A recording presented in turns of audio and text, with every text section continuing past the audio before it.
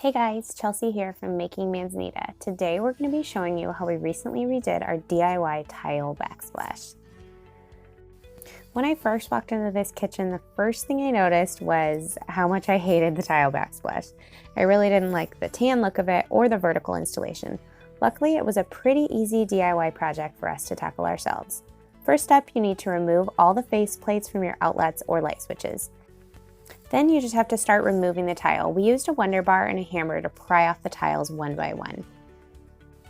After all the tile is removed, you need to get off any leftover mortar or tile adhesive that's left behind. This part isn't fun, but it's absolutely necessary. The alternative here, if you have green board or drywall up and you don't want to spend a ton of time scraping, you could cut out the existing green board and put up new. If you do have drywall or green board up and it got damaged in the tile removal process, you may need to replace it. We have cinder blocks for walls in our kitchen, so all we really needed to do is just scrape all the leftover mortar off of our walls. You'll see here that after we removed all the mortar, we applied a thin coat of cement patch on the walls to make sure they were perfectly level before moving on. We used DAP's Weldwood multi-purpose ceramic tile adhesive for our tile installation. It's important that you let the tile and the adhesive sit in the room for at least 24 hours before you begin. After your cement patches had 24 hours to dry, you can start the tile adhesive process. Using the straight edge of your trowel, you'll put a skim coat of the tile adhesive on the entire surface of the wall that you're going to be installing the backsplash. Then you'll need to wait 2 to 4 hours for that to dry before you can set your tile. You want the adhesive to be dry enough so that your trowel does not break the surface of the skim coat layer when you touch it. With the skim coat layer of adhesive down and dried just enough, you're ready to start putting on the tiles. Take your V-notch trowel and apply more tile adhesive to a small area of the wall. Be sure to only put the adhesive down over a small area at a time, no more than what you can complete in about 20 minutes. After 20 minutes, it will be too dry to bond properly to your tile. You don't want to be rushed too much, so work in small sections.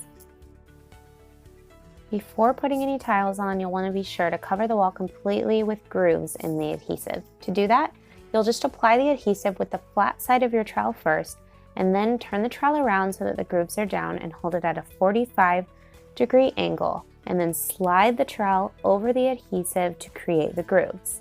Once the grooves are set, you can then start pressing on that subway tile. Start at the bottom on a level surface. We always start at the bottom row and add your tiles one by one. Underneath our bottom row, we use tile spacers set on their side just on top of the countertop so that the tile will be sitting slightly off the countertops, and those areas will then later be grouted and caulked. You don't want to have the tile sitting right on top of the countertop. When you press the tiles into the adhesive, include a very slight twist motion once you get the tile set on that adhesive. This helps ensure maximum amount of coverage on the back of your tile. You need at least 95% of coverage to ensure good bond. You can find out how well your coverage is by taking a tile off every now and then just to see the coverage. Continue this process until you have your entire backsplash area covered with tile. Be sure to use a wet tile saw to cut down any tile as necessary. Then be sure to wait at least 24 hours for your tile adhesive to dry, but you can start cleaning up a little bit. Remove those tile spacers on the bottom between the tile and the countertop, and then be sure to clean off the countertop really well before moving on. Before you grout, be sure to put some painter's tape down to protect your countertop. Using a rubber grout float, you can start applying your grout. You want to work the grout into the gaps between your tiles by holding the float at a 45-degree angle. And then you can remove all excess grout by holding the float at a 90-degree angle. You want to be sure to take off as much excess grout with that float as possible. Be sure to work quickly or have someone help you with this because that grout can dry pretty quickly.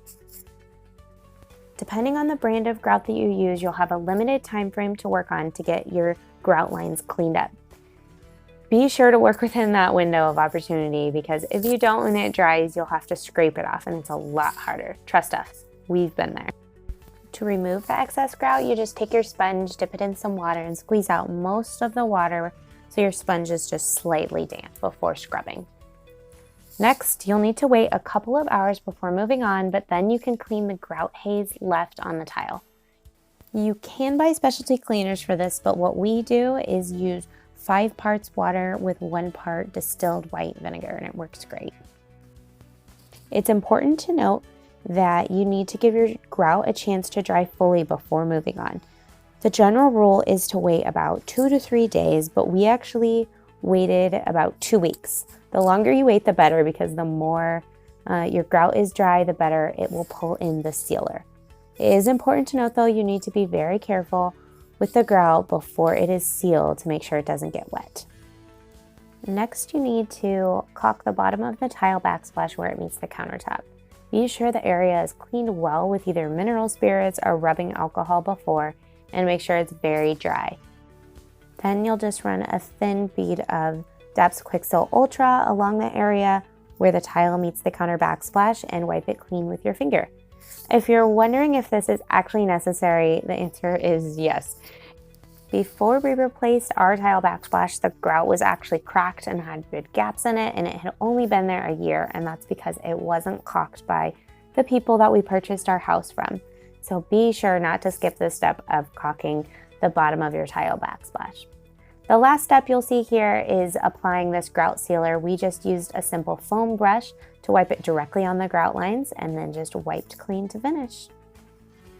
Installing your own subway tile backsplash is a pretty time-consuming DIY project because there's a lot of waiting and drying, but boy is it worth it. I'm so happy with how it turned out. We would love to keep teaching you how to renovate your home, so be sure to subscribe below if you liked this video, and for more tutorials, visit makingmansneeded.com.